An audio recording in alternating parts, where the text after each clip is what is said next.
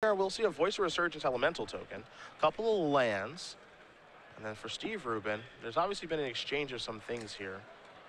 Snow's going to play a Banish Land to get the demon off the board, so things are looking a little bit better. Now here's an attack for 1. So Rubin's going to go down to 18, it looks like. Steve's got a couple of lands in play, draws a copy of Doomblade, going to play a Swamp and just pass the turn back over to Snow.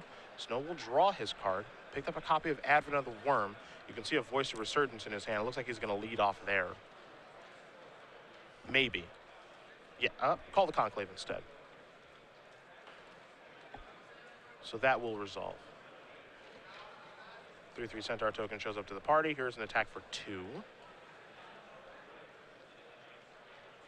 I imagine Steve would like it to be less than that, so he's going to go after the Centaur token and just take 1. So Rubin's going to go down to 17. Steve will draw a card. I believe it was a Pack Rat. That's a good Magic card. It is a good Magic card. Yeah. So up until that Pack Rat, I thought this game was going pretty well for Daniel. That was going great for Daniel. Where it, you know, when we came in, it was like, oh, Steve has this Desecration Demon, and he's just beating down Daniel. Daniel's board is relatively light. But once the green-white deck plays the 1 removal spell that it needs on the Desecration Demon, clears the board, you can outpace the removal pretty well, you know? You have things like Voice of Resurgence that are just very, very good against the black deck in general. But then once Steve draws a threat, it's like, uh-oh, Pack Rat. Steve's going to activate Pack Rat.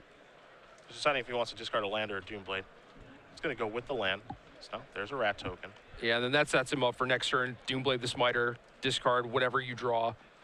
Get the beatdowns going. That's exactly what's going to happen. See if he wants to activate this. Yeah, he wants to put the pressure on right now. He's going to deal 6 points of damage, has a 3/3 Rat back on defense, which is way better than that Elemental token, and he is doing work. And again, this is what makes the black deck so scary, is just the closing speed. Yep. Like, I thought that things, after the Banish Land and the Desecration, I was like, all right, I was with you. I was like, I think Daniel's going to be able to come back here. Maybe he draws a land for the Advent, or draws a land so he can play 2 spells in 1 turn. And it's like, Steve, really, what can he draw? And it's like, oh, the answer is Pack Rat. Yeah. And that turns the game around at, like, lightning speed. Steve, with this, you know, basically pretty controlling deck, is Hellbent, has 3 threats. The green-white aggro deck was a little slow out of the gates and just has this handful of spells that it can't cast in time.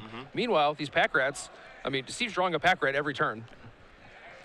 Just overwhelming him now. I mean, Daniel's going to play some creatures. There's a Voice of Resurgence. The Elemental tokens are 3/3, so are the Pantheons out there as well. But as you mentioned, every draw's a Pack Rat now, unless Steve draws something that matters that he actually wants to cast. So maybe a Gray Merchant, yeah, but maybe. Even then, might just be better as a Pack Rat. I mean, he can serve into the red zone here with confidence that nothing is really going to go wrong.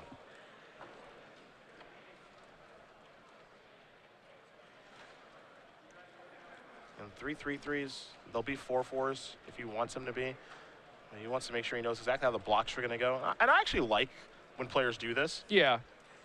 This is actually something I learned from Rich Owen when I watched him play Limited. You know, he would like kind of grab their creatures and be like, okay, so like, you know, you're going to block like this and do that. And, you know, it's like, one, like you maybe need to see like it happening visually, what you think is going to happen. But 2, it's like you could just be doing that and like trying to set your opponent up. Yeah, and the guy's like, oh, okay, yeah, I'll block like this. And he's like, well, I'll play a trick here, all your creatures die. Yeah.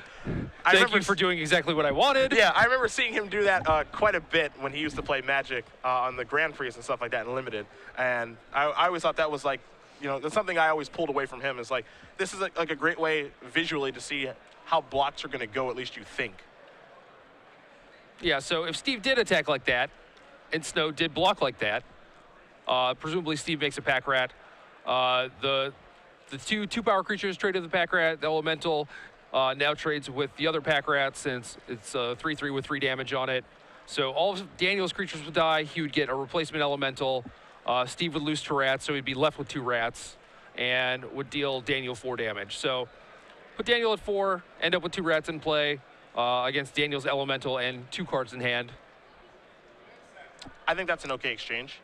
It's an okay exchange, yeah. I mean, somebody wants to make different blocks. I think these blocks are worse than what Steve had planned for. I think these blocks are worse. Because he makes a Rat token, the soldier just dies. Yeah. It doesn't get any work done. Yeah, so I think this way only 1 rat dies. Yeah, instead of 2. Yeah, because that rat has 2 damage on it. I think it was possible that Daniel thought his elemental was going to live. Sure. And then he would be left with 2 elementals and not have to trade the 1 elemental for the rat. I also think it's very possible that, like, Daniel blocked differently because he didn't want to block how his opponent yeah, had how set it Steve up. wanted him to block. He's like, no, I'm not blocking like that. You're trying to trick me. And it's like, no, I think those are probably the best things. If you block that way, I will lose 2 rats and be left with 2. You saw Snowstraw this turn was a copy of Temple Garden to allow him to cast his Advent on the Worm. However, he'd have to go to 2 to do so and then would die.